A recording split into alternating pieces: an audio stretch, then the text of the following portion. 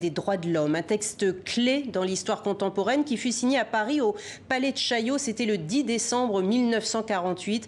L'ONU adoptait cette déclaration sans valeur contraignante, mais qui depuis affirme noir sur blanc la primauté des droits et des libertés des individus sur les droits des États. Un anniversaire célébré comme il se doit par Amnesty International, au fondement, elle aussi, du combat pour les droits humains.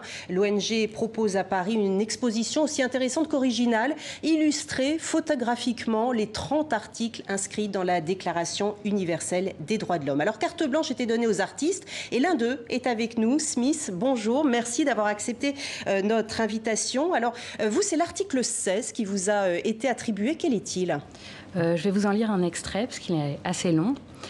À partir de l'âge nubile, l'homme et la femme, sans aucune restriction quant à la race, la nationalité ou la religion, ont le droit de se marier et de fonder une famille.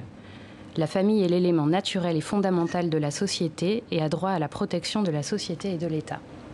Alors, l'amour, la famille, les familles, puisque pour vous, eh bien, le lien familial a moins à voir avec le sang qu'avec le choix. C'est en tout cas ce que vous exprimez dans l'œuvre que vous exposez dans cette exposition collective. Voilà, j'ai voulu montrer une famille qui est une partie de ma famille, en tout cas une partie de ma famille choisie, et qui ne correspond pas, en tout cas semble, non pas forcément contredire, mais en tout cas augmenter la définition de la famille qui semble être donnée dans cet article. Il y a un certain nombre de mots, par exemple homme, femme, famille comme élément naturel et fondamental, famille au sens de parentalité, on le comprend comme ça cet article, l'idée de fonder une famille semble être définie ici par le fait de faire des enfants, ne correspondent pas, tous ces termes semblent être remis en question par la famille que j'ai voulu, moi, représenter avec cette image. Alors justement, cet article a 70 ans, puisqu'il a été écrit en 1948 et nous le célébrons aujourd'hui. Est-ce que pour l'artiste et le citoyen que vous êtes, est-ce que vous avez l'impression du coup que cet article sur la famille est trop serré, trop excluant par rapport à ce que peut être la famille aujourd'hui? Est-ce qu'elle est ? En tout cas, il est marqué clairement par l'empreinte de l'époque à laquelle il a été rédigé.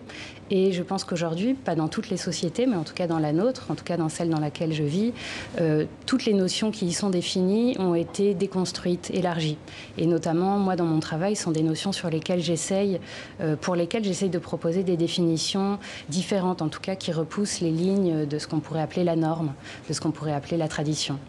Et sur cette image, quand on la regarde a priori, ce qu'on voit, c'est un groupe de gens qui peut-être se connaissent, peut-être ne se connaissent pas. En tout cas, on ne peut rien dire de leur lien de parenté. Et c'est simplement le titre, donc qui est présenté, l'image est présentée comme une photo de famille. Et ensuite, le texte aussi qui l'accompagne, qui invite le spectateur à remettre peut-être en question ce qu'il entend par famille.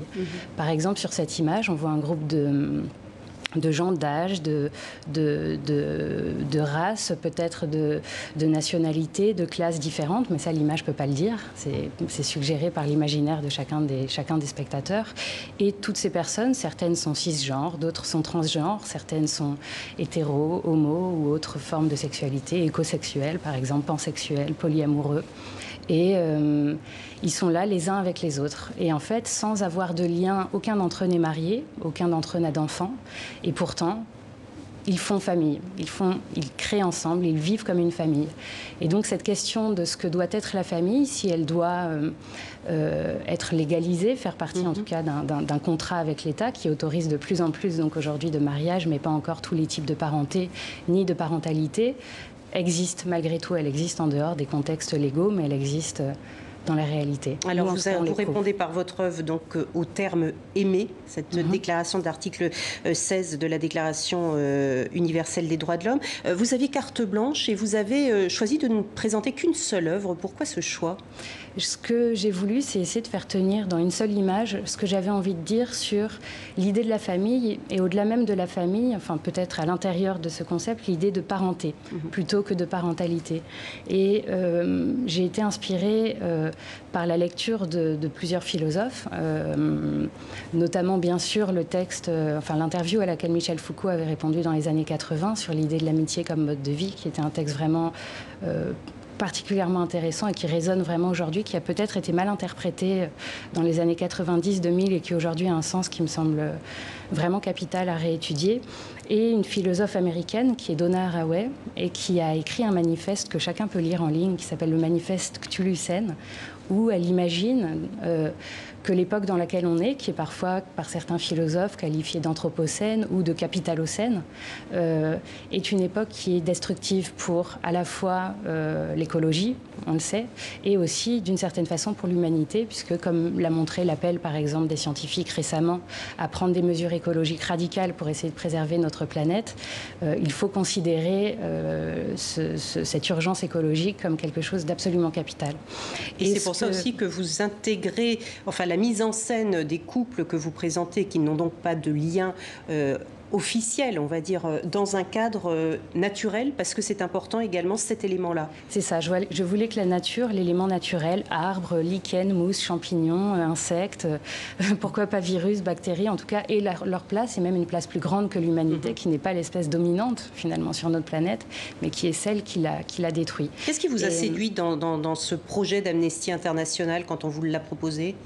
Justement, c'était la possibilité d'exprimer cette façon de voir les liens que peuvent avoir les humains, non seulement entre eux, donc faire de la parentalité entre nous, être des parents, sans pour autant être les parents des uns des autres, mais être parents entre nous et avec les autres espèces. Vous avez pu échanger avec les autres artistes qui, à leur manière également, ont illustré les 30 articles de cette Déclaration universelle des droits de l'homme ? J'ai pu discuter avec certains d'entre eux. Donc ce sont des photographes du monde entier. Il y a Zanele Muoli qui vient d'Afrique du Sud, il y a des photographes qui viennent des États-Unis, de Suède. Donc chacun vient avec sa culture, avec son point de vue sur l'état du monde en général, et à chacun d'eux a été attribué par les commissaires et par Amnesty International un article qui résonnait avec l'ensemble de leur travail.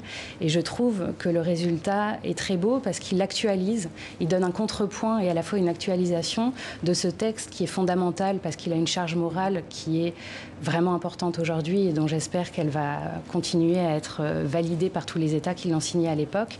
Et comme il est difficile de l'actualiser pour correspondre à l'avancée de chacune des cultures, des civilisations qui ont signé ce texte à l'époque, eh bien peut-être que justement ce projet peut permettre de le réactualiser. L'art peut réactualiser des textes qui peuvent être un petit peu poussiéreux mais qui sont néanmoins importants. Merci beaucoup Smith d'avoir été sur notre plateau. Donc,